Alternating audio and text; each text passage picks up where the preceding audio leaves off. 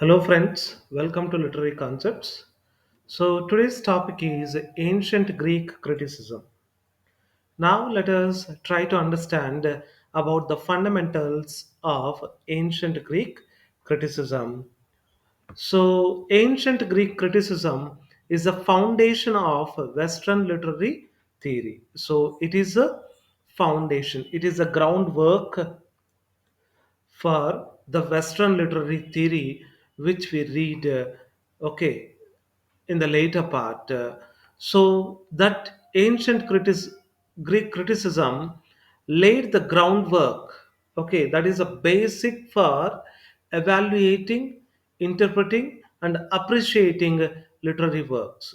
So ancient Greek criticism, so it has prepared that groundwork, so that is the basic work, that is the foundation for evaluating, judging, and interpreting and appreciating literary works or literary texts. So, therefore, the Greek thinkers they established key principles of criticism during ancient Greek time.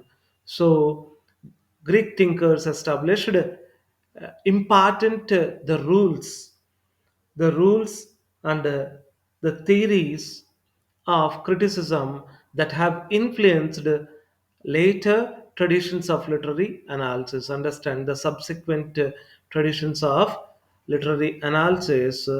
So we find the influence of Greek thinkers and the Greek criticisms. Understand. So now let us see the historical context of ancient Greek criticism. So ancient Greece, circa means here around 800 BCE. So that is before Common Era or before the Christian era. So it was around 800 BCE started and continued up to 146 BCE.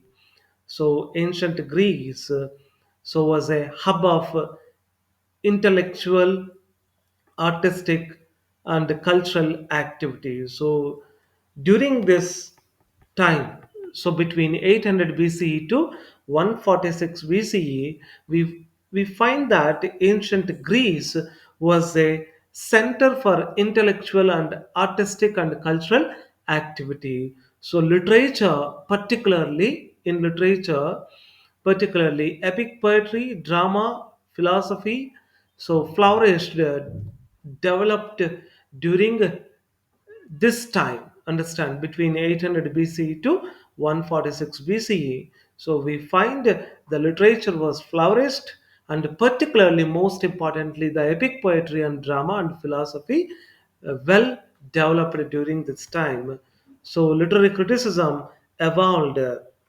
So we find that the gradual progress in tandem with the rise of philosophy. Understand, along with the rise of philosophy, particularly through the works of figures, through the works of the writers like the great philosophers like Socrates, Plato, and Aristotle. Understand, because of their works, so the literary criticism gradually progressed during this time. So during ancient Greek time, understand.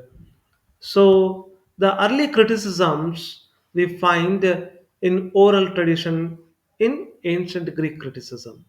So the early criticism we find in oral tradition. So that is the spoken, okay, the conventional tradition. So what kind of early criticism we see in oral tradition? That is Homeric epics, such as the Iliad and the Odyssey. Okay, the two epics are written by, okay, the greatest Greek writer, the playwright Homer. So these two epics are called as Homeric epics. So these epics, the Iliad and Odyssey, are the central to Greek culture. Understand? They are the important texts, the epics to Greek culture. So they provided early material for oral and analytical criticism. Understand?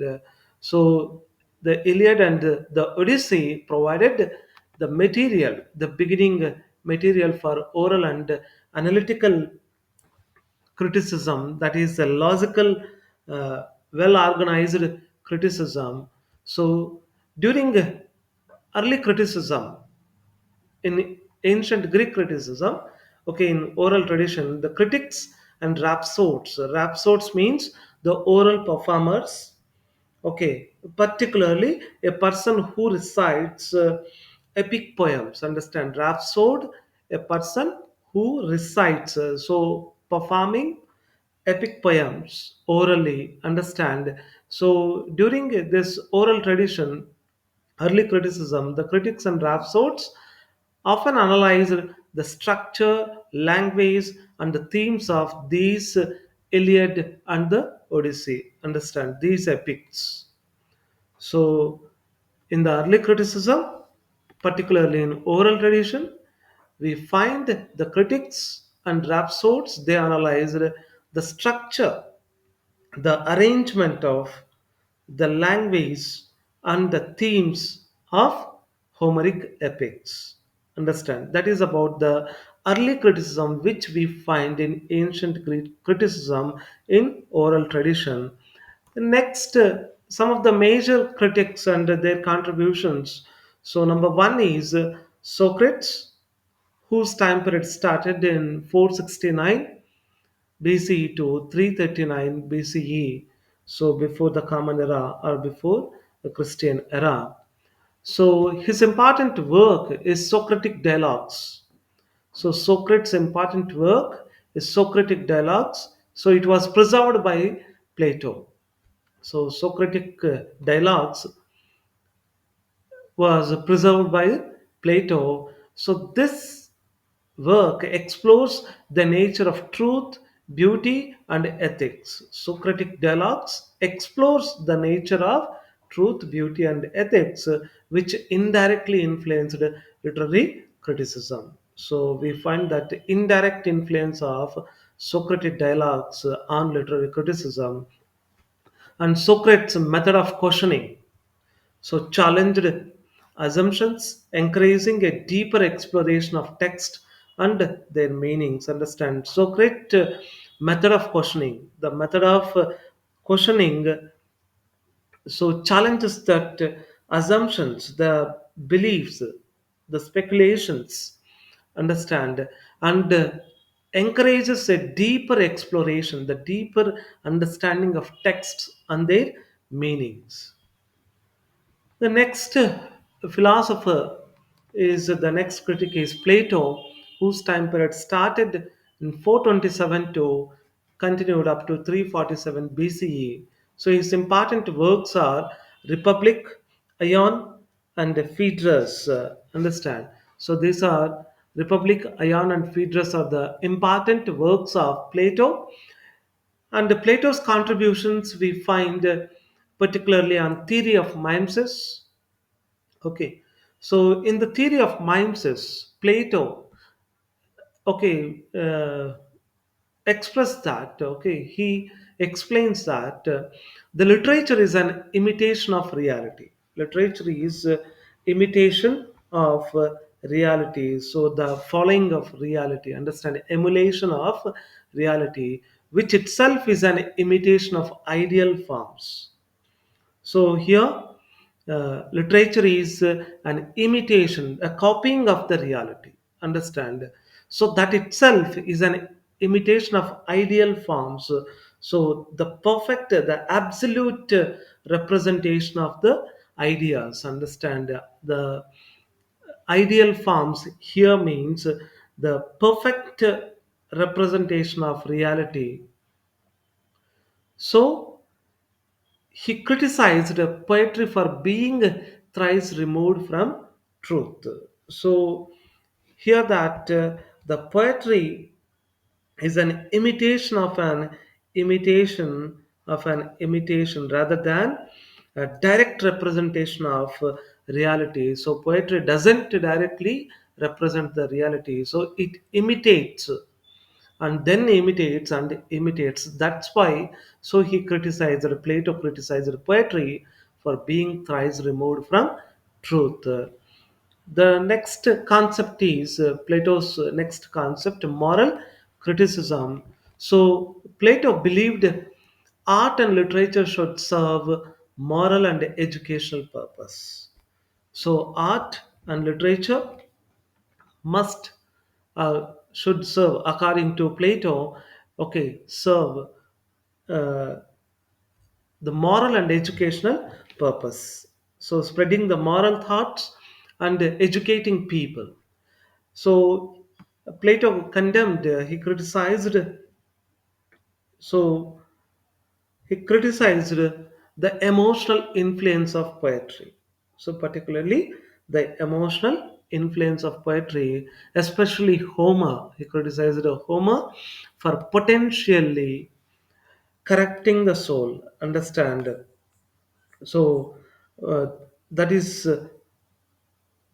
absolutely okay. The possibility of correcting, diluting the soul, or contaminating the soul. Okay. Therefore, he condemned the emotional influence of poetry. So, what he believed? He believed poetry or either art or literature should serve the moral aspects.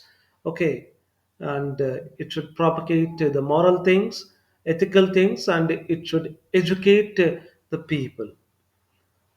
So the next point is the role of poet. Okay, so Plato saw that poets are inspired, so they inspire us.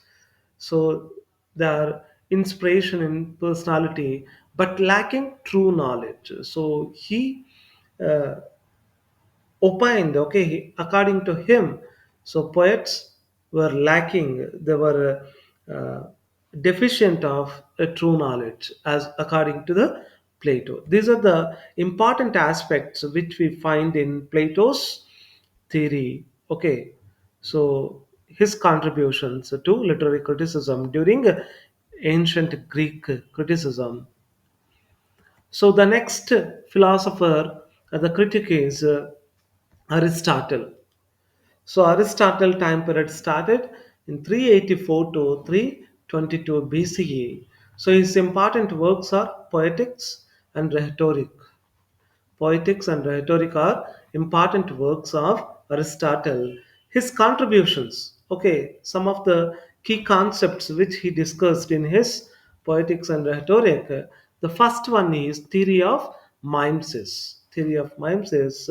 Unlike Plato, okay, Aristotle valued imitation as a natural human activity. So, uh, not like Plato, Aristotle gave importance to imitation. Understand, that is copying or following the natural human activity. Imitation as a natural human activity.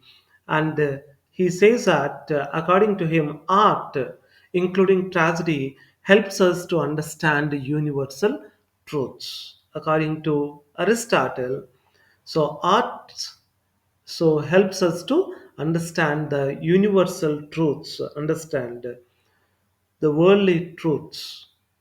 The next contribution, the next theme which he discussed in his Poetics and Rhetorics, so definition of tragedy. So that is in Poetics. So Aristotle defined tragedy as an imitation of an action that is serious, complete, and of a certain magnitude. Understand?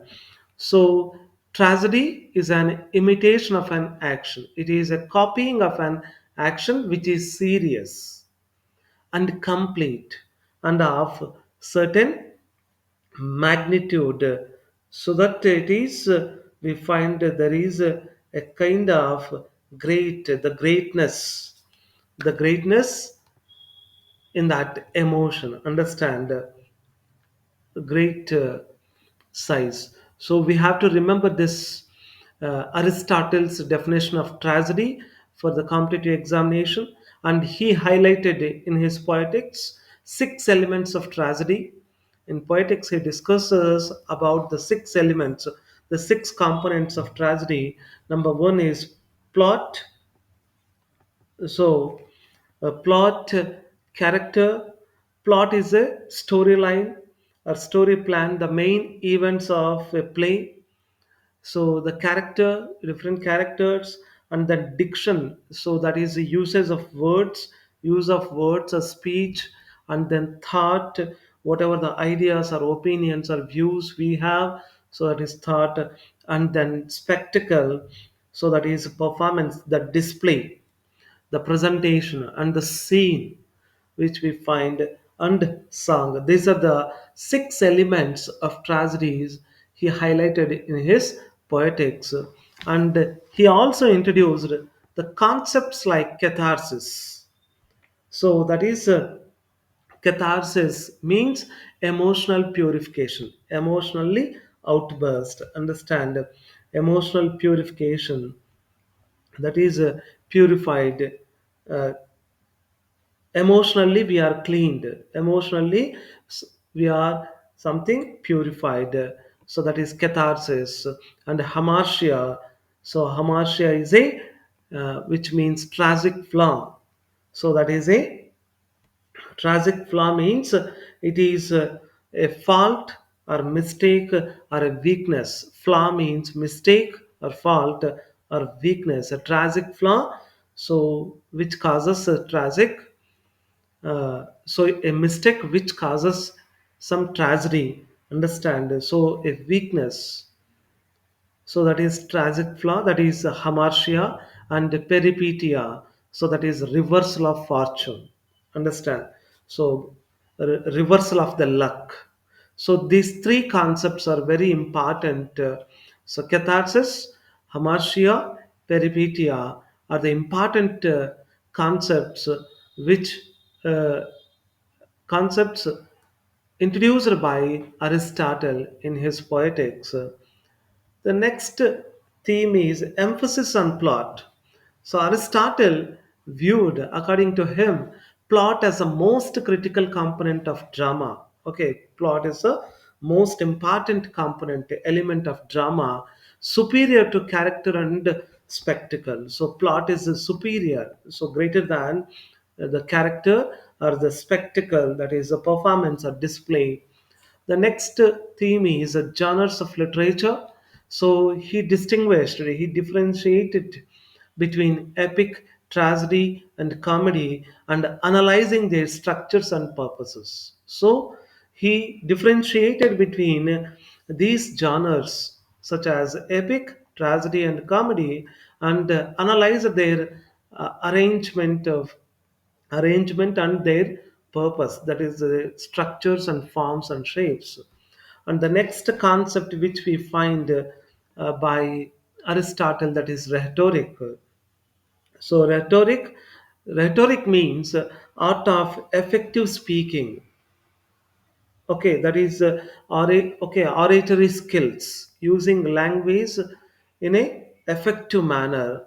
So uh, Aristotle studied the art of persuasion, so that is art of convincing, art of urging, which also informed his literary criticism. Understand, which we also find this art of persuasion in his literary criticism.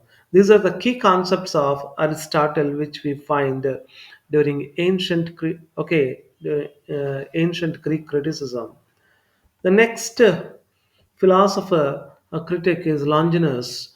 Okay, whose time period started in first century CE, Common Era. CE means Common Era, so that is AD or CE, both are same. AD means Anno Domini, CE means Common Era, BC means before Christ, BCE means before the Common Era or before the Christian era.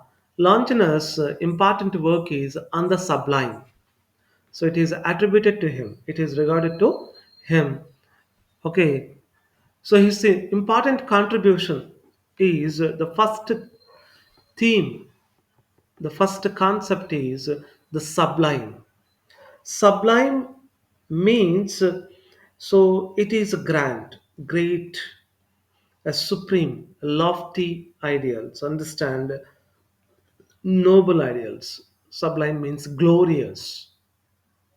So here he explored, Longinus explored the emotional and intellectual impact of literature.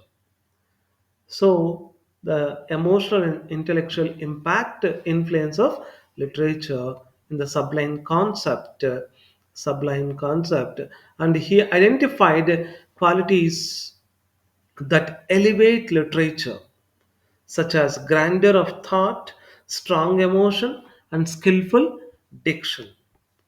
So certain qualities he identified in the sublime concept, which elevate, which raise to great heights of literature, such as grandeur, a great thought, majestic magnificent of thought, and strong emotion, and skillful diction in a use of words, use of speech or language in a skillful manner. So these are the important aspects which we find in the concept of the sublime. And he next focus on emotion. So Longinus emphasized the capacity of literature, so the ability of literature to inspire awe and transport the reader. So to inspire the awe, that is, awe means here wonder, astonishment, with a lot of admiration and reverence, respect, and transport the reader. So moving the reader, understand, it makes to feel the reader.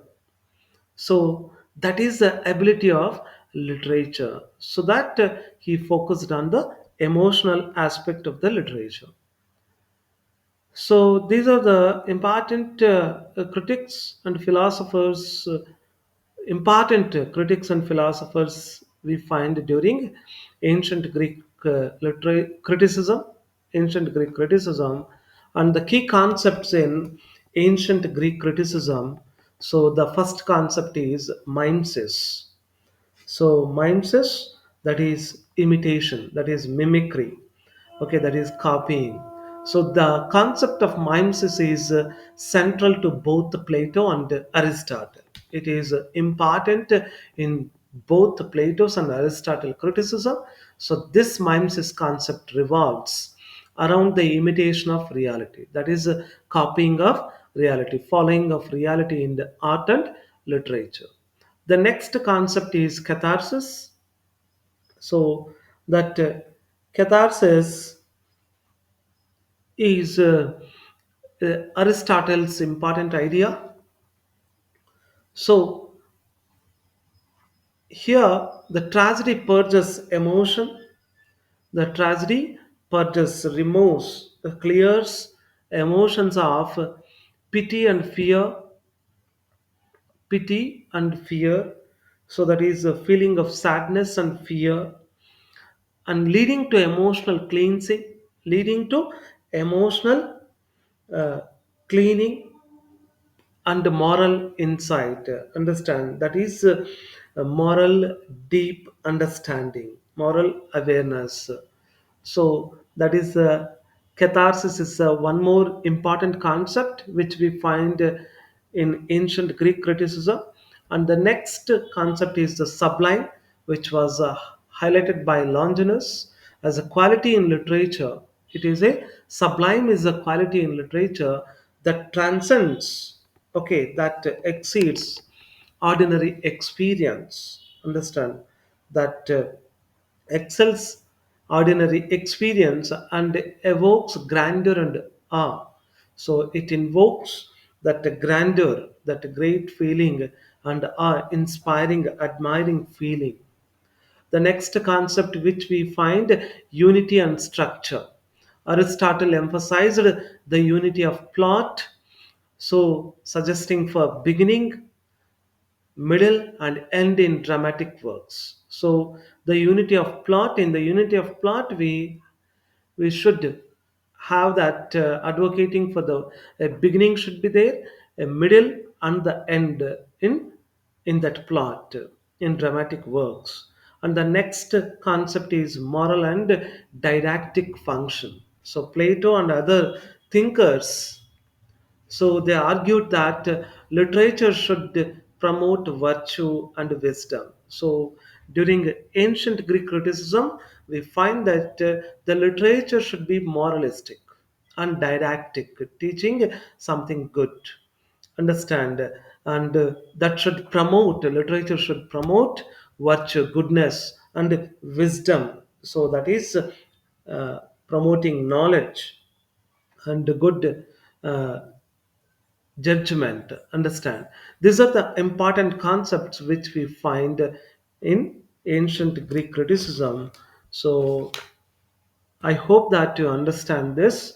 If you find this uh, content is good, please like, share and subscribe. Thank you so much.